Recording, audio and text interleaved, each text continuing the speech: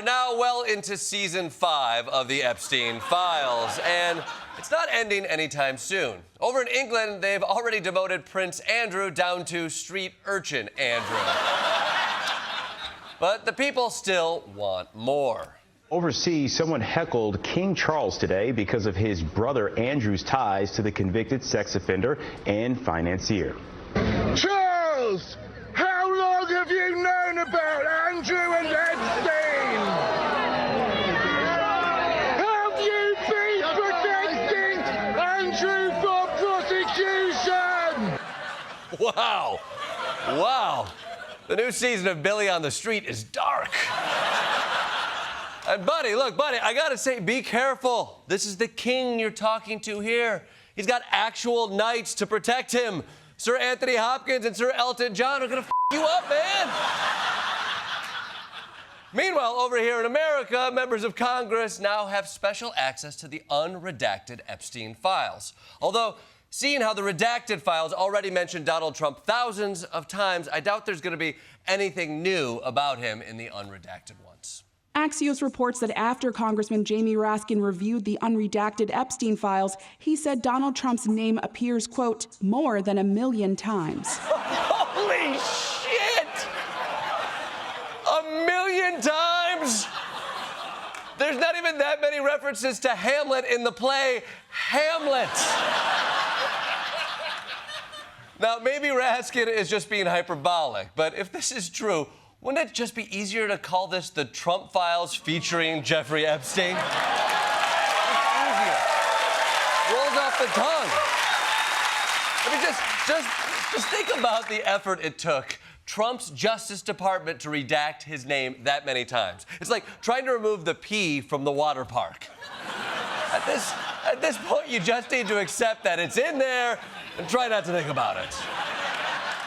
But Donald Trump isn't the only member of the administration in the hot seat. So is Howard Lutnick, Commerce Secretary and dad of a family staying at the White Lotus. Now, a while back, he went on a podcast and he explained how he lived next door to Jeffrey Epstein, went to his house once in 2005, got the ick, and never saw him again. My wife and I decided that I will never be in the room with that disgusting person ever again. A one and absolutely done. One and absolutely done. I commend you, Howard, for your moral clarity. I mean, just to be crystal clear, there was no part of you that was even just a little bit curious about Jeffrey Epstein? It's gross. The guy's gross. Right with my wife. He's gross. The guy's gross. It's gross. He's gross. You're right.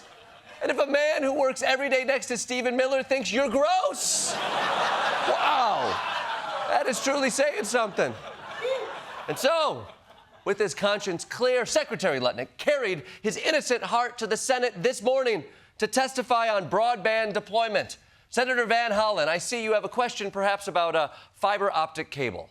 Why did the Epstein files show you coordinating a meeting and planning a visit with Jeffrey Epstein on his private island in December 2012? Excuse me, Senator? This is Howard one and done Lutnick you're talking about here.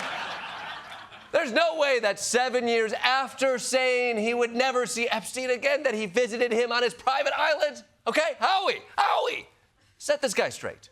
I did have lunch with him as I was on a boat going across on a family vacation. Oh, Howie! You're breaking my heart. What was with all the one and the done and the gross and the gross?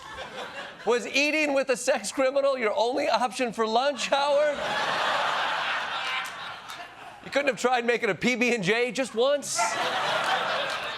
And the fact that you went there on a boat makes it so much worse. I mean, if you ran into him at a Potbelly's and he said, sit down, I would understand. But you actively navigated a ship towards the man. You're on there shouting, Captain, raise the sails and set a course for Pedophile Island. Howard, look, man, I don't think I could be more disappointed in you.